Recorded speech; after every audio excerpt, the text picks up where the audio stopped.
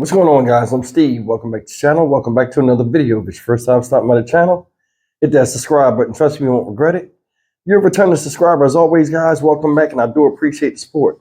Guys, check this story out. In fact, happy Monday to everybody. I forgot to add that.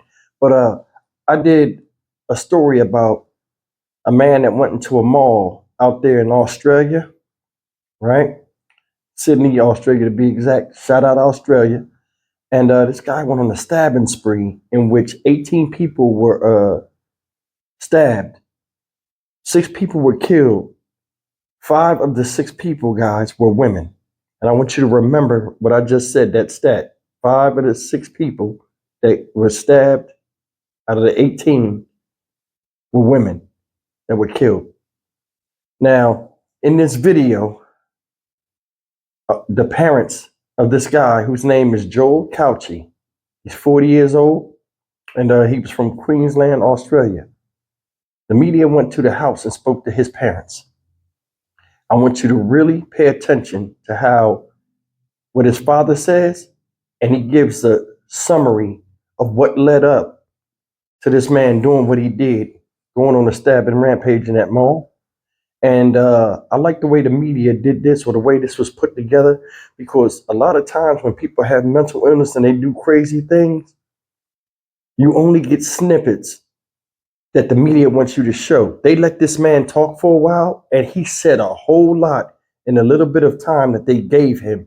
And I want you guys to pay attention to this. Like I said, every time we do these stories of people that do monstrous things and stuff, it's always a past, it's always a beginning, before they come to the end that they came to. Now, this guy was killed in the mall by a police officer.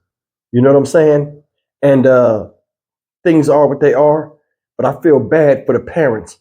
And after you see what the father speaks on, it brings a new light to, just because these people are monsters don't mean that they don't have people that love them and cared for them, even though they did some crazy stuff.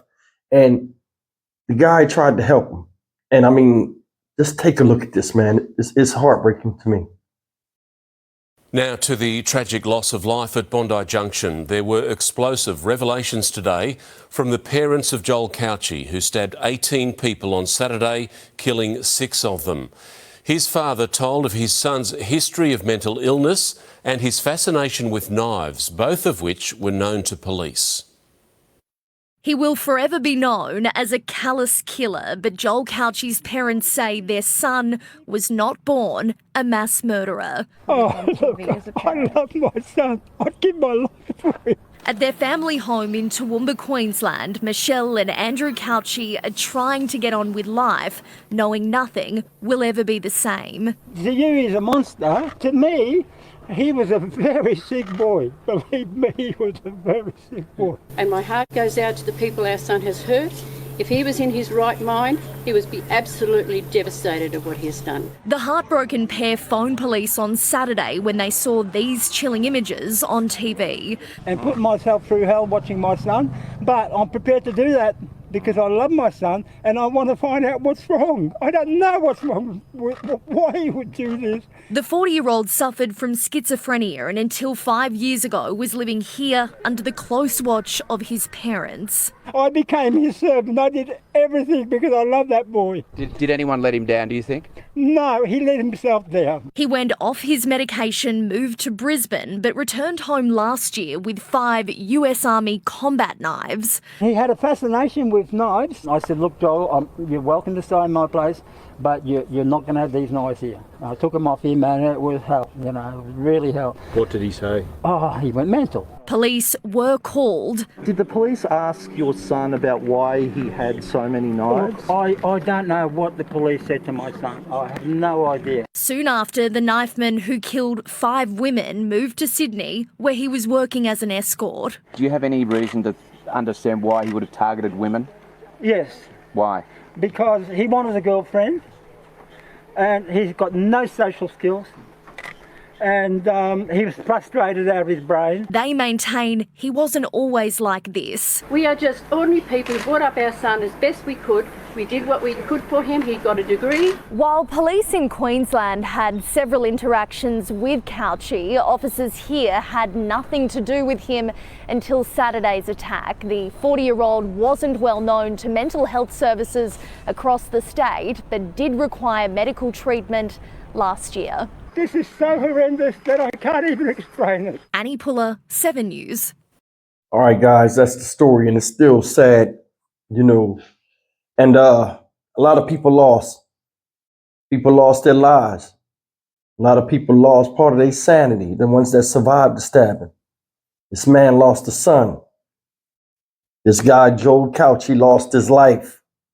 And regardless of what he did, I still feel the same way. They had no choice to put him down. And I can't feel sorry for someone who won't help themselves but try to hurt other people. And I don't take back what I said about him. This guy was doing crazy stuff because he chose to. And that's the point. How much sympathy can you have for a person that don't help themselves? How much, will you fight for a person that won't fight for themselves? And not just dealing with someone with a mental illness, just somebody in life.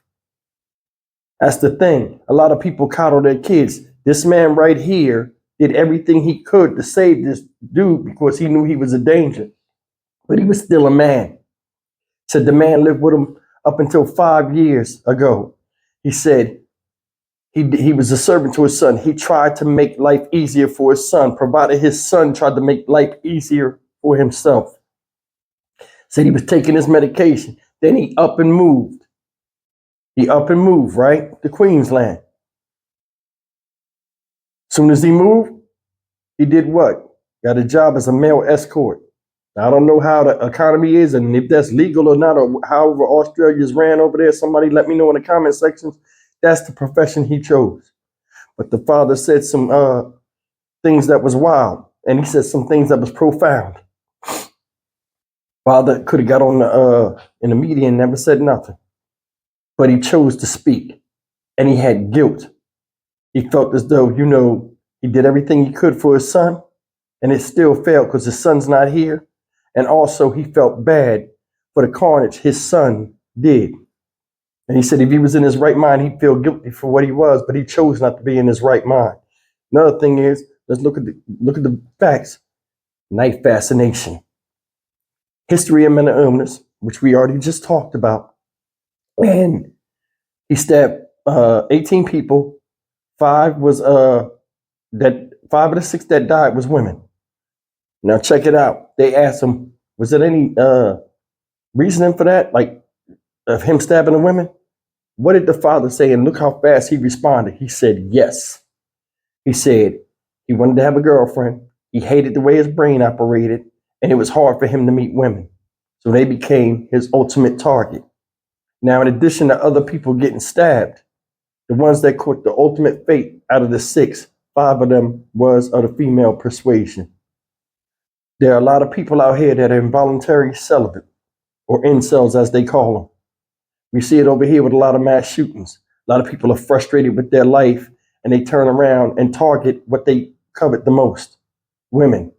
We seen mass shooter out here in Texas do that one time. Spanish dude claiming to be a neo-Nazi. He a Spanish dude, wound up losing his life. Young kid. No direction. But I want to get onto this real fast and just say one thing that I thought was cool and what really made me jump on this video. The people was devastated. And my heart and condolences go out to them and the victims as well. Because that boy, Joel Cauchi, was raised in a household where people were attentive to him and they knew he had a problem and they knew it could get out of hand if he didn't take his medication. But at his age, he can come and go as he chooses. And I'm sure, like he said, you can't have the knives in the house. Said he went mental, but he still let him stay there because he understands the sickness in his child where society didn't realize it until later on. This guy right here, I give him respect, the father, because he could have came out and not said nothing. He could have sat in front of that camera, I don't have nothing to say, and let everybody wonder why this man out of the blue did that. But he gave a lot of information that really crack the case open. Think about it. This man had to watch his son stabbing other people, hurting other people.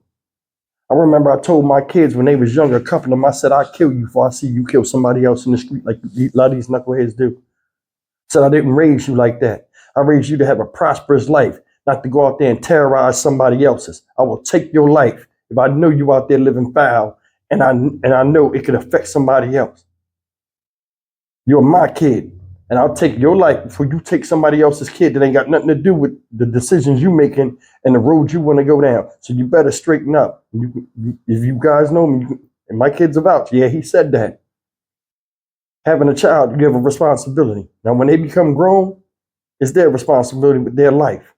But you try to put the best things you could into them. And honestly, I don't think the parents did anything wrong, but they still suffer. A lot of times these people, these monsters, they go out here and do this monster stuff. We never think about the people that are also on their side that are embarrassed and upset about the loss of what they did and what they did to others. This was a good story. I like the way the media did that. They let that man talk, and he said some really profound stuff. And even over here in the United States, it's the same thing. And it's funny that I'm doing this story because I mentioned that yesterday in the other story I did about Sade Robinson and the guy that chopped her up. I'm like, man, his family might be good people. You never know. And they just embarrassed. Think about that. You think people are raising people to be like this? For the most part, no. Said he stopped taking his meds. For that, I can't feel nothing for him. I can't even feel upset about his disability. And that's the thing. When you know you're sick and you're a danger to yourself and others, why even go through the stress and strain? Either way, man, this whole thing is upsetting. And I feel bad for the parents. And I definitely feel bad for the people that were stabbed. Stabbed a baby. A baby, y'all. 9-month-old baby. He stabbed a 9-month-old baby. You know he was out of his gourd. But either way, they put him down. It is what it is. It was a horrifying video seeing people giving CPR to people in the shopping mall. And like I told you, it's not just in the United States. This stuff is all over the place. There's no way you should leave your house for a day of fun in the sun, a day in going shopping just to go pick up something and never come home. It's your right. It's your right. It's your life. It's up to nobody to come and take your life when you're just doing everyday things. Us as human beings are social creatures. We can't stay in the house. Even when we don't talk to each other all the time, we find comfort in being around each other. Seeing other people that look like you, a human being. Said he suffered from schizophrenia. He got the ultimate help he needs, where he won't have to worry about his illness no more. And it was a battle that he turned the war on other people. Sinful. I'm Stock Market Steve for the Dynamic Reason. Dynamic Reason channel. As always, like, comment, share, and subscribe. I'll see you in the next video. Take care. Tell us Monday.